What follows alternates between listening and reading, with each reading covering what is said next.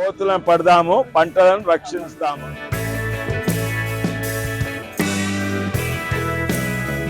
కోతుల బెడదను అరికట్టేందుకు కొత్త ఆలోచనతో వచ్చానని చెప్తున్నారు చేవెళ్ల ఎంపీ కొండ విశ్వేశ్వరరెడ్డి. రైతుల కోసం కోతులను పడదాం అనే నినాదంతో ముందుకొచ్చారు.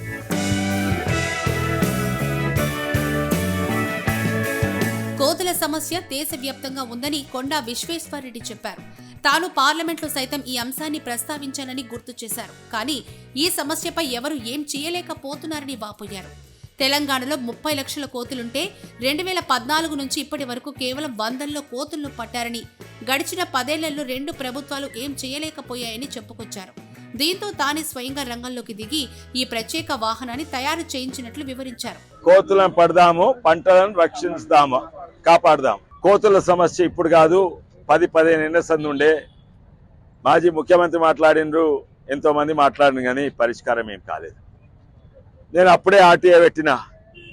ఇంత గొప్ప మాట్లాడి ఎన్ని పట్టినా అని చూస్తే ఆర్టీఐ పెడితే మొత్తం యావత్ తెలంగాణలో 700 కోతులు పట్టినరు, 719 కోతులు పట్టినరు. అండ్ వాటిని స్టెరిలైజ్ చేసి అడవిలు ఇడిచిపెట్టాలి అంటే వాళ్ళు ఫ్యామిలీ ప్లానింగ్ ఆపరేషన్ చేసి ఇడిచిపెట్టాలి.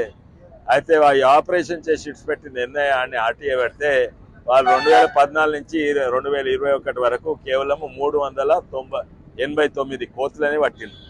ఏం పరిష్కారం అది? 30 లక్షల కోతులు ఉంటే 300 కోతులు పడితే ఏం లాభం? ఎవరు ఏం చేయలేదు. పాత ప్రభుత్వం ఏం చేయలేదు, కొత్త ప్రభుత్వం ఏం చేస్తలేదు. ఈ సమస్య ఉంటే మేము ఎన్నో యంత్రాలు ప్రయత్నం చేసినాము, ఎన్నో, కానీ అవి పనిచేయలేదు.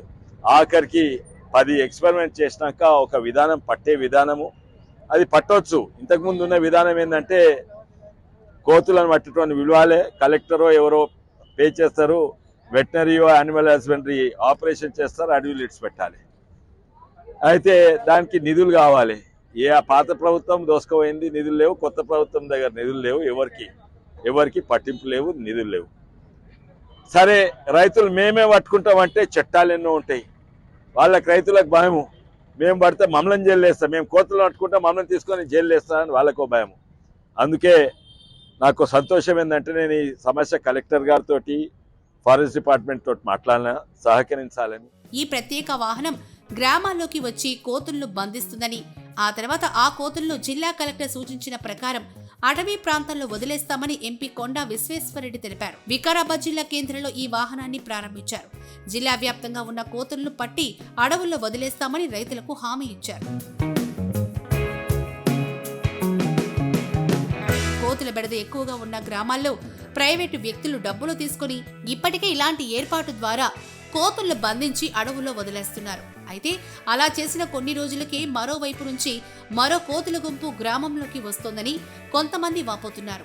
ఈ నేపథ్యంలో కోతుల బెడదను నివారించడానికి ఈ పరిష్కారం ఎంతవరకు దోహదపడుతుందో వేచి చూడాలి. కేవలం వికారాబాద్ జిల్లా 1-2 గ్రామాలు కాదు, ఎన్నో గ్రామాలు ఉన్నాయి, వందలాది. కానీ మా ఎంపీలతో మాట్లాడి ప్రతి జిల్లాలు ఉన్నది. మహబూబ్ నగర్లు ఉన్నది, మెదక్లు ఉన్నది, నిర్మల్ ఉన్నది, ఆదిలాబాద్లు ఉన్నది, ప్రతి దగ్గర ఉన్నది. యావత్ తెలంగాణ ఉన్నాయి. నేను ఢిల్లీ పోయి మాట్లాడితే మా ఎంపీ మిత్రులతోటి యూపీలు ఉందంట, జమ్మూలు ఉందంట, ప్రతి దగ్గర మధ్యప్రదేశ్లో, ఒరిస్సాలో, ఆంధ్రాలు ఉందంట, మహారాష్ట్ర, కర్ణాటక, బెంగాల్ అంతటి ఉందంట. తర్వాత పరిశీలన చేస్తే ఇది ఎవరి పరిధి కిందికి రాదు.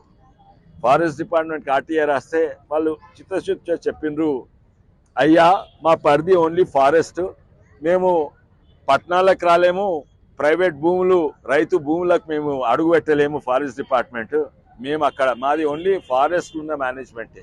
వాళ్ళు నిజమే చెప్పిండ్రు, కానీ వాళ్ళ పరిధికి రాదు. మళ్ళీ ఎవరు అగ్రికల్చర్ డిపార్ట్మెంట్ అంటే వాళ్ళు ఇత్తనం మంచిగా ఎట్లా చేయాలి, పంటలు ఎట్లా వండియాలి గది చెప్తారు. కోతలు పట్టేది వాళ్ళ పరిధికి రాదు. యానిమల్ హస్బెండరీ అంటే ఆవులను, బర్రెలను, ఇవి అవి మేకలను ఎట్లా గవి చూపెడతారు. ఇది చూస్తే యావత్ భారతదేశంలో ఏ ప్రభుత్వానికి రెస్పాన్సిబుల్ లేదు, బాధ్యత తీసుకుంటలేదు. అందుకే నేను పార్లమెంట్లో కూడా మాట్లాడినా. కానీ నేను ఓన్లీ మాట్లాడొచ్చేస్తుడు కాదు, దీని పరిష్కారం కావాలని ఈరోజు నేను కొంచెం చూడండి, కొంచెం వెనకకోండి, పెద్ద మనిషి రైతు ఇక్కడ రా, ఇట్లా రా. అయితే కోతులను పట్టే ట్రక్ తయారు చేసినాను. కోతులు పంటలను తిత్తుంది, నాశనం చేస్తుంది. కోతులను పట్టే ట్రక్ ఇది కలెక్టర్ గారు డిఎఫ్ఓ గారు మేము పర్మిషన్ ఇస్తాము. రేపు ఎల్లుండి వస్తుంది. ఎల్లుండి సంధి ఇది పనిచేసుడు మొదలు పెడుతుంది. గ్రామాలలో మేము కోతులున్న గ్రామాలన్నీ కూడా పెడతాము. వాళ్ళు చెప్పిన అడవిలో ఇడిచి పెడతాము. అయితే ఇది సమస్య.